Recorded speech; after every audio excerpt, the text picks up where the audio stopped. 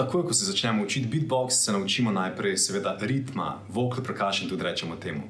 In za ritem rabimo vse 3 osnovne zvoke, pri čemer je bas, recimo najprej bas boben, b, b, b, b, pa lahko probaj z mano, b, b, b, b.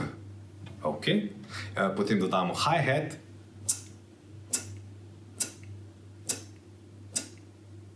pa probaj z mano.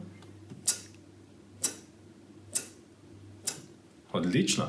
Ok, in potem dodamo še snare. Imamo več različnih zvokov za snare, recimo a pa kaj drugega še, ampak recimo najbolj osnovn, najlažje za naučiti je pa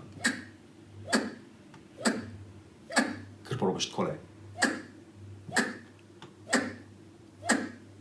In če zdaj te 3 zvoke damo skupaj, dobimo že en osnovni ritem in sicer b.